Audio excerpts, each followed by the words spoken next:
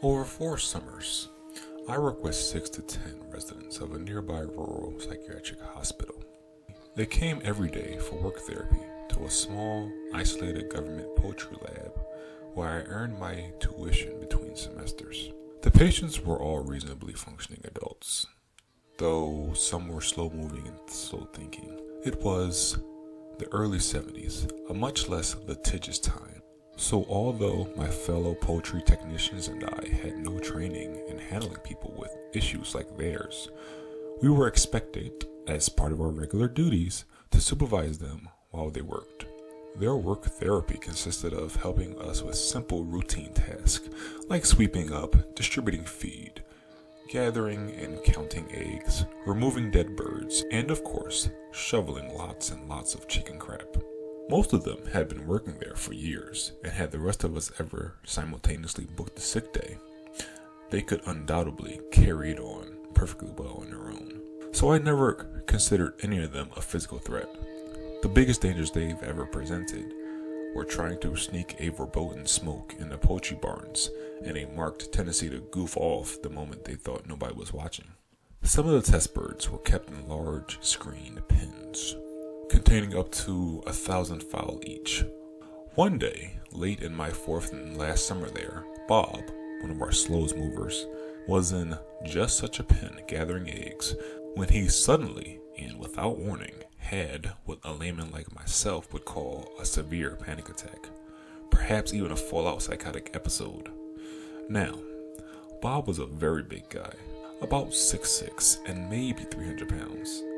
An ex-Mountie who had been brain damaged when he had tried to break up a bar fight solo and was cold-cocked with a whiskey bottle. Me, on the other hand, I was just 5'8", a third-string wrestler in the varsity squad's 137-pound weight class, who never had to worry much about making weight.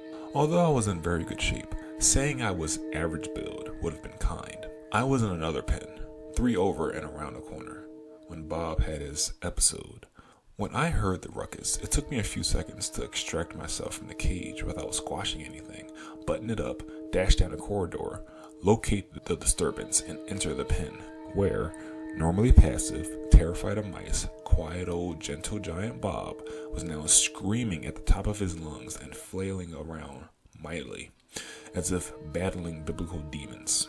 In response, the 3,000 birds housed in that cage and its 2 neighbors were simultaneously sounding their rape alarms and striving to mightily recapture their ancestral capacity for flight. The resulting chaos, cacophony, and dust cloud made it hard to see, hear, and evaluate, but it was unmistakable that there was blood and broken eggs everywhere. In just a few seconds it had taken me to arrive, Bob had already pulled the heads off nearly 2 dozen hens and was clearly going for the record, whatever it was. Around my feet, their headless corpse energetically danced, jumped, and spurted gore. Yes, they really do that. Not knowing what else to do, I took a wild and foolish chance. I put a hand on his forearm, which was as big around as my calf, and said, "Bob! Bob! You're hurting them!" To my astonishment, he stopped immediately, put his arms down by his side, and hung his head. A few moments later, when I suggested that maybe we should go get a coffee, he allowed me to lead him gently by the shoulder away from the mass of still panicking birds out of the barn, across the yard and into the coffee room, the human space closest to the scene of slaughter. The other patients just picked up their brooms and carried on, as if nothing had happened. I imagine they were seeking comfort in their routines, and I cannot blame them. Bob didn't attempt to explain or apologize or even speak. He just hung his head and stared at the linoleum. The farm supervisor was out on an errand, so I had to open up the office and call the hospital myself. Being just a seasonal drone and therefore an unfamiliar name to them, I had a bit of trouble making them understand what had just happened. There was some initial disbelief that Bob was capable of such behavior, but 2 equally large ward attendants came to pick up Bob perhaps 15 minutes later in a very Ghostbusters-looking 60s Hersey thing. They brought along medical restraints, but didn't use them.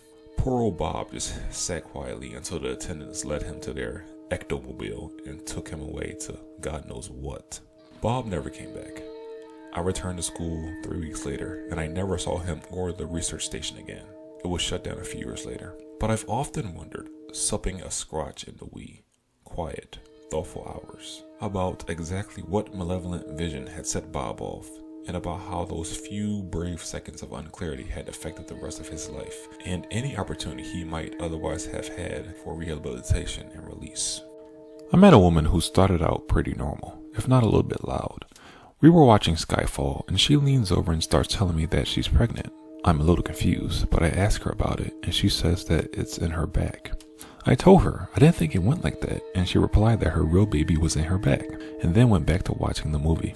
15 minutes later, she leans over again and tells me that someone ripped all her waist-length hair out. Then she told me they sealed her hair inside of the braids on her head, and the hair could only be unknotted if I got her 2 black hair bands from the house. Her hair was braided, but it was probably only 5 inches long and scrappy.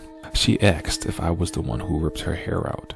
When I immediately said no, she looked at me for another moment before asking again. When I reassured her, she nodded and sat back, saying that I should tell her doctor that she was hearing the voices again. Not in a insane asylum, but I frequently visit an Alzheimer's ward of a nursing home, which is close enough. First, you have to know that they put everyone into a big room to eat with about 4 people at each table. I am also male, which is important to the story. I was feeding one of the women there, and a woman across the table kept talking to me, which was normal. Alzheimer's patients are usually able to carry on a conversation until they are in the late stages, and this woman was in her early stages and still physically healthy. She kept complimenting me on how handsome I was, which is for sure a sign of mental disability. I have one fat, ugly mug. She also kept offering me a piece of her pimento cheese sandwich. I kept refusing and saying no thank you to her offers. Apparently, she wouldn't take no for an answer. I don't remember exactly what she said, but it was along the lines of, "I'm going to feed this to you now." She got up and sprinted towards me, trying to grab me, and forced the pimento cheese sandwich in my mouth. Luckily, the Caribbean nurse aide's assistants were able to grab her and say things like, "No, this is my husband. You can't do that." For anyone who has never been into a nursing home, the nurse assistants are always Caribbean. It's a lot like Gula Gula Island, except more depressing. I darted for the hallway and left as soon as I could that day. I know it's kind of petty, but it was one of the scarier moments of my life. During nursing school, we did a standard psych rotation. Another female classmate and I were in a group session in the men's unit. We sit down, and then a violent sexual predator who makes it a point to make any and all females feel like victims sits down next to me. He proceeds to invade my space, and I'm not exactly sure what else he was doing back there because I was attempting to remain focused on the group leader's speech. But he received many verbal warnings about his actions. After a few minutes, he interrupts to inform everyone that he needed to take a trip to the bathroom, winks at me, and exits the room. At which point, a patient on the other side of the room, who has refused to speak to anybody about anything, and up to this point has, for all intents and purposes, been completely in his own world, gets up. He politely scoots the chair, which had ended up touching me, away from me and sits down in it. He sits for a few seconds and then gets up, grabs his empty chair, and throws it into the room across the hall. He sits down again, but received a verbal warning for throwing things and a thank you from me. When the man came back and saw no available seat, he decided to go watch TV and wait for the nurse to open the med room. Well, thank you for coming back. I am the voice of easing, and I will see you again every Tuesday, Thursday, and Saturday. Goodbye for now.